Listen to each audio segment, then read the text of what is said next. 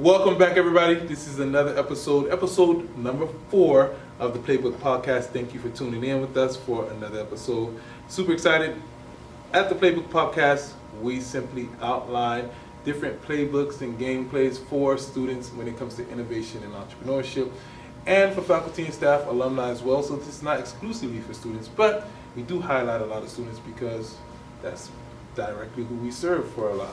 So for today, we have another episode, a special episode, and I'll say this, every episode is a special episode, but we have an MBA student. So this is for the graduate students as well, because this is one that's near and dear to my heart, mainly because a lot of graduate students typically are not thinking about entrepreneurship sometimes, or they find it hard to juggle it.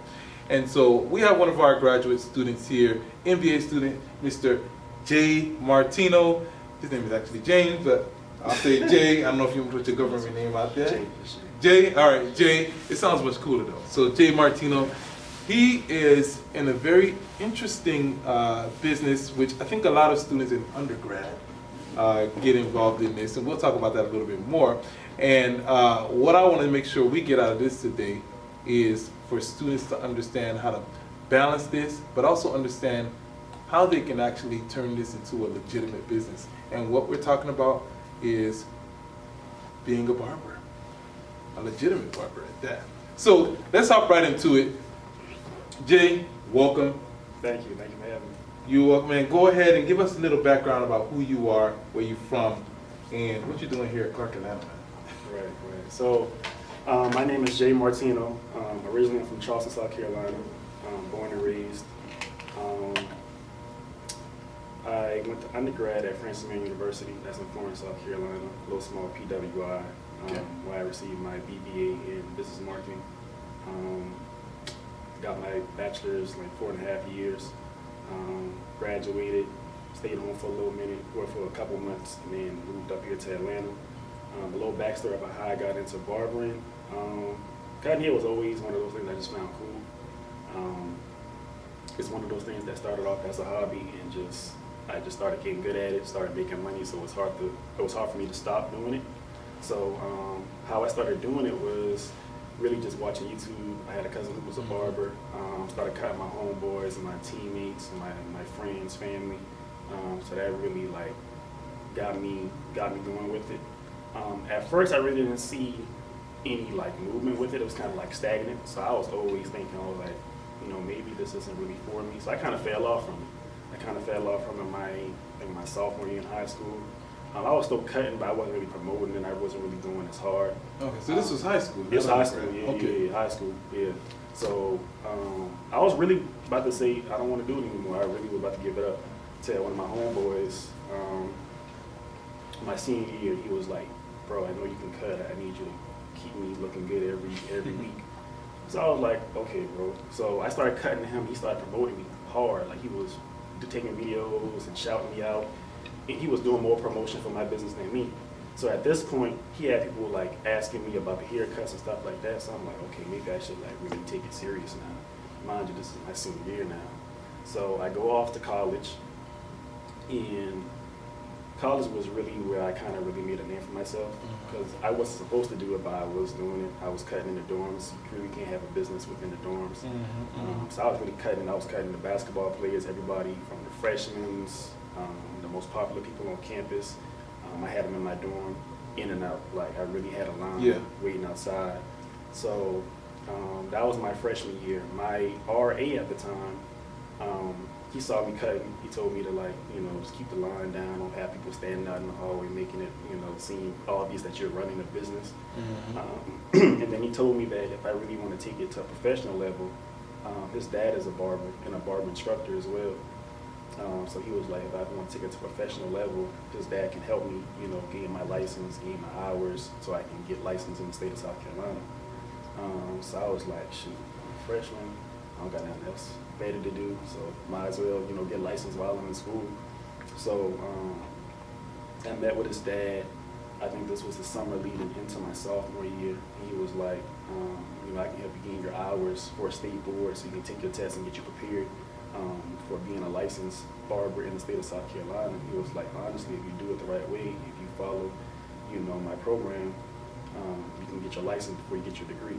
So Mhm. I was like, I can, be a licensed barber, have that trade, legitimate trade, under my belt before I even get my degree. I was like, why not? So he was like, this is how the program is going to go. You can work in the shop like a regular barber. You're just my apprentice. So you're working under me. As long as I'm here, you can work.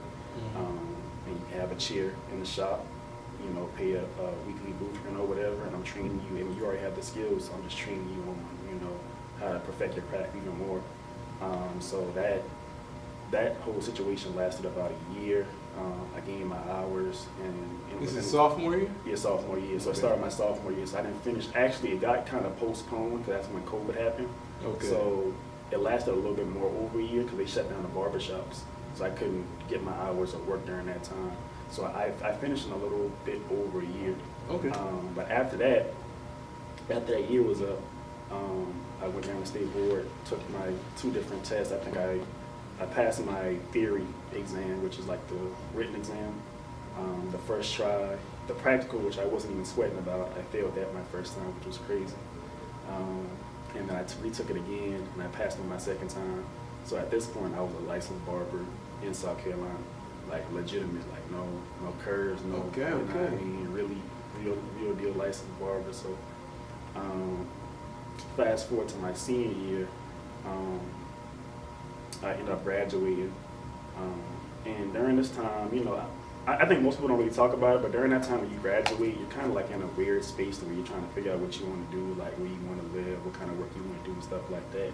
So by this time, like I already got my bachelor's in marketing and business. I already got my license for barbering, so I'm like, I really want to take this here thing to the next level. I don't want to stay in South Carolina because even though during that time I was like 22 or whatever, I had already accomplished everything I really wanted to do in South Carolina as far as barbering. So I was like, where should I go that can help me take it to the next level? And I was like, okay, Atlanta is like the hair mecca, you know what I'm saying? Like Atlanta is really where it's at for my industry. So I was like, if I wanted to move, I would need to move to a place to where my industry is really taking over, where I can really make the most money as I can. And that was Atlanta. So I graduated in May of 2022. I moved to Atlanta December of 2022. And when I first moved down here, I worked in the shop for like 8 months or whatever. But even during those first 8 months, like I was already like on the ground running, like making my connections, having people, having public figures, celebrities in my cheek within those couple of months. Like I really was doing, So you had a well-known barbershop then? I guess barbershop. Yeah, so the shop that I was working at, it was I think the barbers in there were well known. Gotcha. Yeah, so it definitely helped me gain more visibility. Like I said, I moved here without knowing. Like I moved here with no clients. Yeah. So I had to go to a place to where the visibility was there, and I can also learn from other barbers. So it really was a time for me to get my feet wet with the whole industry in another city, just seeing how well it was. Yeah. And then within 8 months, I got my own solo salon suite. Stayed there for a year. I just recently transitioned into a bigger salon suite, to where I have like other chairs that I'm renting out as well. And then my ultimate goal is to get an even bigger storefront, so I can have even more space to rent out my chairs and really conduct my business. Going back to your other question, how I got here to Clark, Atlanta, I really don't know. For real. I really don't know. Like, if you would have asked me, like, would I go back to school after undergrad, I would be like, I literally told people no. Like, what's the point? Like, you know what I mean?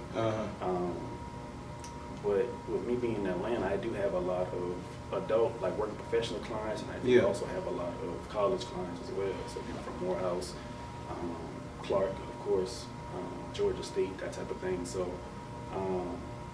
with me being around the same age as them, we could really relate. So hearing some of their stories and hearing, what they're doing, how their HBCU or whatever has helped them. Mind you, I went to PWI for undergrad. Right. So I always said I really wanted to get that HBCU experience.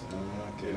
I really wanted to. So I was like, okay, I really want to grow more in business and learn more in business because I have the skill. And of course, you don't need a degree or you don't need college to teach you about business because everything is online now.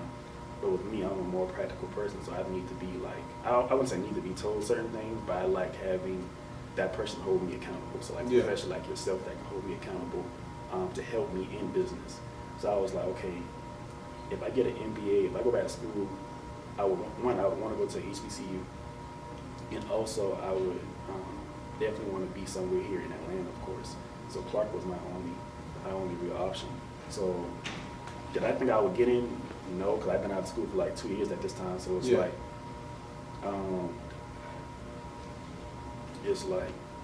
I didn't really think I would really get in for real. So I just shot my shot with it. I just applied, and just wish for the best. Yeah. And I applied. First of all, I applied late. Only 40 of us got in the program. So I was one of the ones out of 40 to get accepted. So it's like, dang, I applied late. Yeah. One of the 40 to get accepted. I guess it's meant for me to be here. You know what I mean? Yeah, and I met you on walking on the promenade. I think Dr. Cheryl Justice George was walking with you. That's when Dad met like 3 people. Ah, okay. So being in the MBA program, I was like, okay, my mindset is strictly about business. So yeah, what can I do? What connections can I make to help me gain more knowledge on business? And also, how can I use this opportunity to help me further my business knowledge so I can grow my business even more? Mm-hmm. So like with me, I'm an entrepreneur at heart. So it's like, I really don't want to work for anybody other than myself. That's just what I have set in stone in my mind. Yeah. So how can I use college and this experience and this opportunity to help me? Like, what can I take away from this? And just being here for my first 2 semesters has helped as far as being in the CID program, you know, meeting you, Dr. Berger, other entrepreneur students, the different things you guys email, the different events that you guys have, different events, well, people that you have coming in to, you know, talk to us about certain things like 3D printing and entrepreneurship and AI and those type of things. So using all of those things, using those free resources has definitely helped me look at things from a different perspective, as well as giving me things to implement in my real life business today. Right. So that's how I ended up here. No, that's cool, and that's a very interesting story. And I just remember you when we first met, we were walking down, and I didn't think you were gonna come. I know, we talked about it, and I think like at that point you probably were accepted because I remember her saying that you were gonna be here like in the fall or something like that.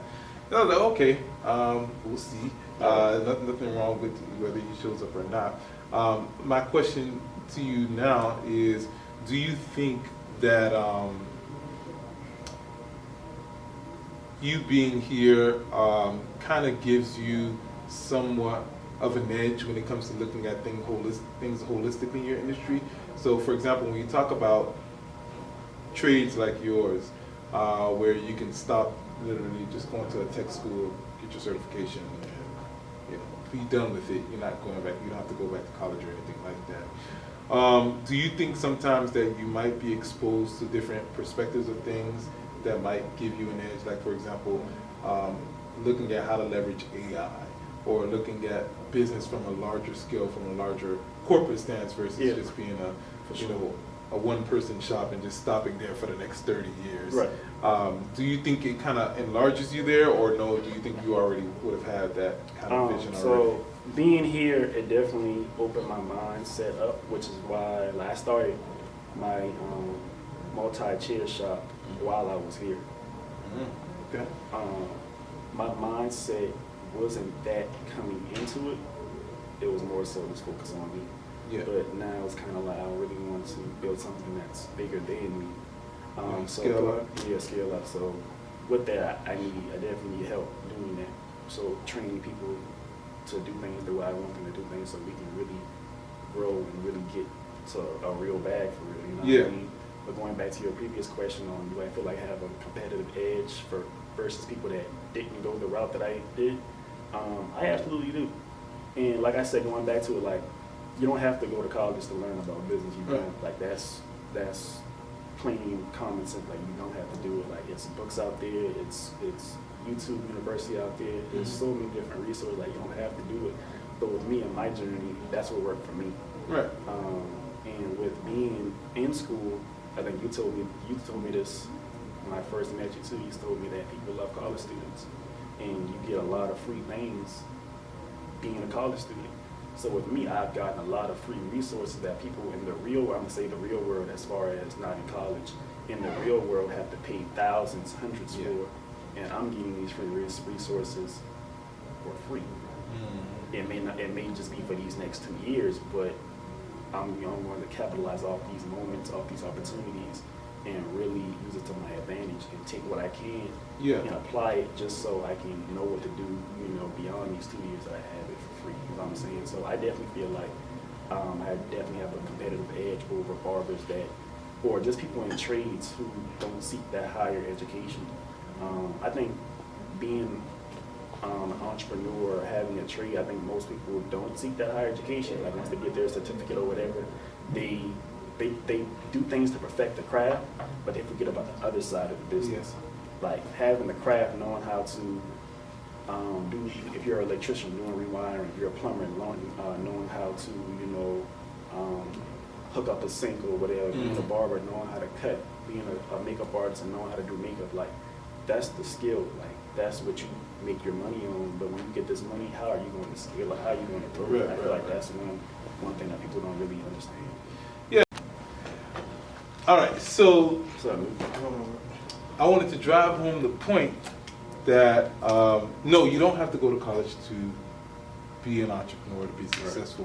One of the things that I think is very important in this day and age, and that's unique when it comes to colleges and students that are interested in entrepreneurship, is now that colleges have bought into the concept of entrepreneurship, and they see how important it is to be innovative and entrepreneurial.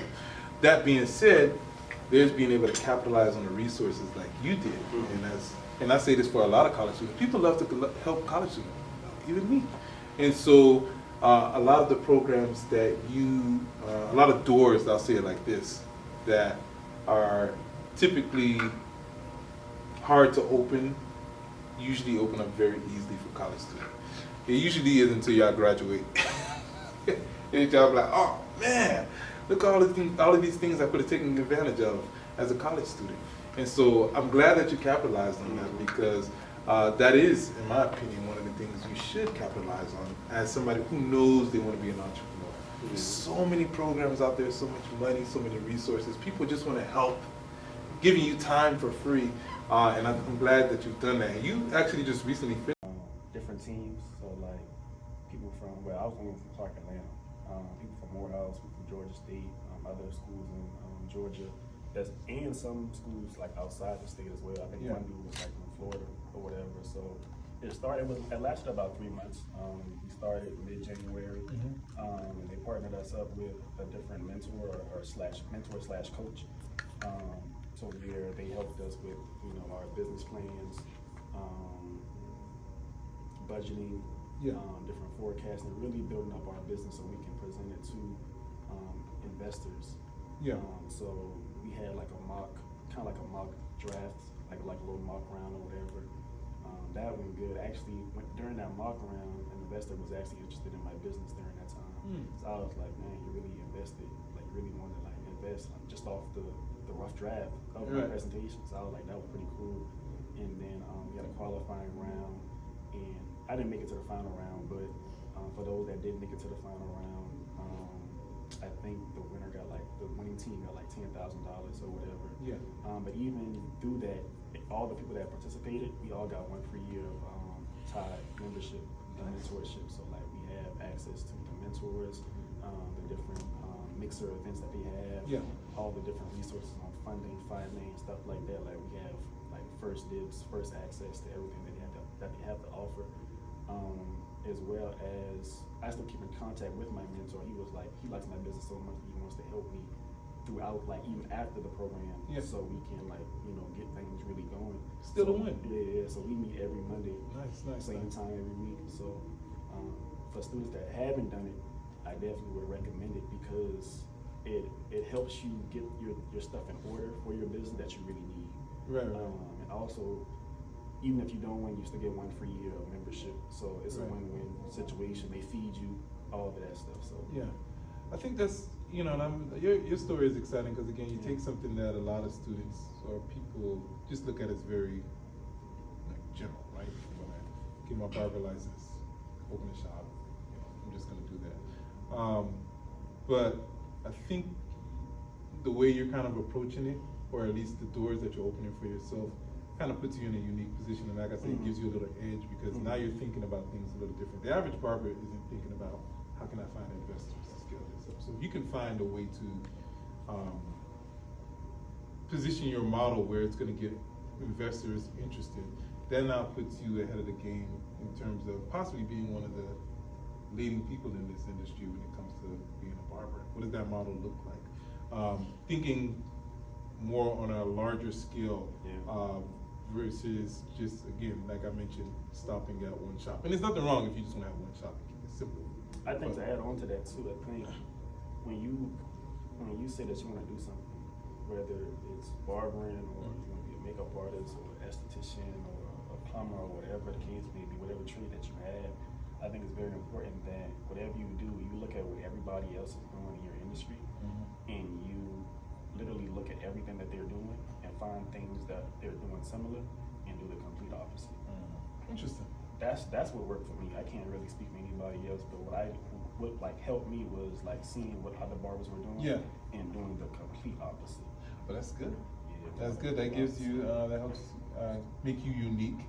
Gives you some kind of value proposition because again, there's a lot of barbers out there, but what's going to make you different from them? Why would somebody come to you versus this other person? And again, nothing wrong with duplicating something, but there's competition at the end of the day. So you got to figure out how can you separate yourself from the competition. Right. So I want to come back just a little bit real quick because I know we're coming up on time. There's a lot of students out there that cut hair, right? I'm guilty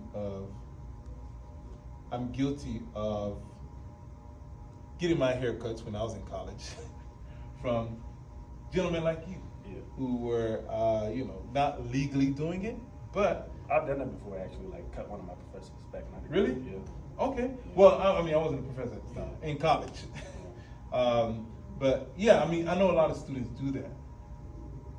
How do you know? When do you think if somebody is doing this as a side hustle, which I'm pretty sure there are a lot of people out there doing, cutting hair in the dorms, doing hair, lashes, whatever in the dorms, should they go after their license, or should they keep doing it as a side hustle? At what point did you reach when did you say, you know what, let me go ahead and get a license to make this happen? Or did you always just say, I want to be a barber if I can make this work? So I knew that I wanted to get licensed. I just didn't know when I would. Just because I already knew that I wanted to go to college, so I didn't know when I would have time to get my license or whatever. Yeah. Like I told you, my RA at the time, his dad was a barber instructor. Yeah. So when he saw me cutting in the dorms, he told me, hey, if you want to take it to a professional level, my dad, he can help you get your license. So that's the route that I took. So I went the on-the-job training apprenticeship route. I'm not sure how it is for other industries, but if you have an opportunity to be an apprentice or be an on-the-job training student, I would take that route, especially if you already know what you're doing. But for some certifications, it shouldn't take too long as well. So like if you have the opportunity, like you have the means and the time to, put aside to take a course or to do a certain curriculums to get licensed and get certified in that state, I said go forward. Because also too, moving from South Carolina, depending on your states or whatever, the license also can transfer over to where you can be licensed in the state that you originally got licensed in and when they move into. Gotcha. So you can be licensed in dual states or 3 or 4, whatever you want to do. Good information. Do you typically do your clientele? I know you mentioned when you got here and you were working in a barbershop with your many professionals and people that were probably paying a lot more for haircuts than the average college student. So do you mainly cater to professionals or people that are within a certain tax bracket, or mainly do you cater to students as well? Pretty much that first one, a certain tax bracket. So majority of my clientele are like adult working professionals, corporate type people and stuff like that. Gotcha. Do I get college students? Yes. I just don't turn down money for real. So that's not my target market per se. It was kind of like when I first moved to Atlanta, I was first getting my feet wet trying to get anybody, but as time went on and my business model kind of changed, who I'm targeting had to change as well. So more so adult working professionals is my ideal target market right now. Okay. So you're a full-time MBA student? Full-time, yeah. How do you balance that out? Full-time MBA student, and you also, I'm assuming you still work the same amount of hours when it comes to your business. Right. So what helped me with that was kind of like doing it during undergrad too, because I had to find that balance as well. Being a grad student is kind of different. So my first semester was definitely kind of tricky because I was like, okay, I can't let my business fall off, but I can't let my grades fall off too. So I had to find like a perfect balance between the two. So finding that balance my first semester was definitely hard because it was like the times I'm in school, I can really be making money, but the times I'm making money, I can really, be doing work class or whatever. So I feel like I got a better hang of it this semester just because I have 2 online courses. Okay. My first semester it was everything in person. It was 4 classes in person. So now I have 2 online, 2 in person. So that kind of like helps me delegate certain things. But really just having like a strict schedule. Like once you know your class schedule, have your work schedule, work around that, and also fit in time for studying and just time for yourself as well. It's not really hard for real once you find that balance. I just feel like getting that set schedule and just sticking to that is going to be like your best bet. Okay. And this is something you see yourself doing long term over the next. Now with this, one thing I am a big believer in is like whatever trade or service-based business you go into, try to maximize on that industry. So don't just stop at being a service provider. Figure out how you can work with different companies, how you can collab and create opportunities with different businesses. How can you like make money from your industry without actually doing the actual work physically? You know what I'm saying? Like I cut hair, so my mindset now is to like how can I make money in the hair industry without having to actually physically cut hair now? Right. So finding ways like that, like collabing with like different brands. Absolutely. Well, yeah, you're going to need to do that. And again, you're trying to expand. Yeah. So I imagine, especially as you're going through all of these, meeting all these people, they're probably showing you different models in terms of how you can actually expand. You can only do Not so much as one person. So it is one of those fields where you kind of have to now start looking at how you can work with a network of people to actually make this happen. So you can expand what you're doing. So last 2 questions, Jay. What advice would you give to any student that's trying to launch a business on campus? Try to launch a business on campus. I think launching a business on campus is probably like one of the easiest things you can really do. Like if you're good at it, or even if you're not good at it, I wasn't really good at cutting hair when I first started on campus. But once people know that you're doing something and the word gets out, I feel like your prices are affordable for a college student. I feel like you will make so much money and it will be so much easy to scale up, especially like if you're in the beauty industry, like if you're a girl that does makeup, lashes, hair, or whatever. There's so many girls that get these things done on the regular so we can really get some money. Dudes that want haircuts, they want a haircut every week, every 2 weeks, or whatever the case may be. So it's always a market, like you can really grow. As long as you just stay patient, you get the right game plan, you do things the right way, I feel like you can really be successful just being a student entrepreneur on campus. There's so many students here, like you can't really fail unless you just suck at doing what you do. But even then, there's a market for that as well. There's some people that like, not so above average services. Some people like, they'll settle for it. You know what I'm saying? They'll settle for it. So it's like, there's a market for everything. Okay. You know what I mean? All right. Last question. Give us a quote, either your own or for somebody else that would motivate the students on campus or faculty and staff, anybody interested in being innovating or being entrepreneurial, or life in general. What's one quote that you would give to keep people motivated or inspired? It's more so like a statement, though. Okay, what's that? Usually we have you write it on the board. Yeah. So one thing I'll say is believe in yourself to the point people think you're crazy. Like there's gonna be some like certain ideas that you may have to where like some people may put it down like that's a bad idea, bro. Don't do that. Like, you have to really be strong. You have to mentally be strong enough to say, I don't want to listen to their advice or their opinion. I want to do what it is that I want to do. Because you may be sitting on $1 million idea, but you just let somebody that don't even have $1 million idea tell you not to do it. You know what I'm saying? So being mentally strong enough to say, hey, this is what I want to do. I'm going to do it the way I want to do it. Of course, having some guidance along the way, but not being discouraged or easily influenced by people telling you not to do it. I think because with me, I was told a lot of times to not, be a barber or whatever the case may be. But if I were to listen to them, I wouldn't be where I am yet. So absolutely, just being mentally strong. That's it. Absolutely. So there we have it. Another episode down. Big shout out to you, Jay. Where can they find you? Where can they stay in touch with you? They can find me on Instagram, TikTok, Facebook at Jay the Barber, JAYYDABARBERR. They can book there too. They can book www.cleancustomstyles.com. All right, cool. Appreciate you, Jay. Yes, Another episode. I hope y'all got a lot of gems out of that. There is really good, some really good information in terms of how to balance things out as a student. Jay is a full-time MBA student and an entrepreneur at the same time. Been doing this for a while, taking his craft very seriously and licensed. So for all you guys out there, right? All you guys out there cutting hair in the dorms, illegitimately, get with Jay and maybe probably in the future I'll have something for y'all to get licensed. So okay, we did talk about some ideas, so I'll get with you on that. Make sure you subscribe, tune in for another episode. Follow us on Instagram, CAU CIED, or Facebook, LinkedIn, and make sure you are subscribed so you can get that ding button for the next episode.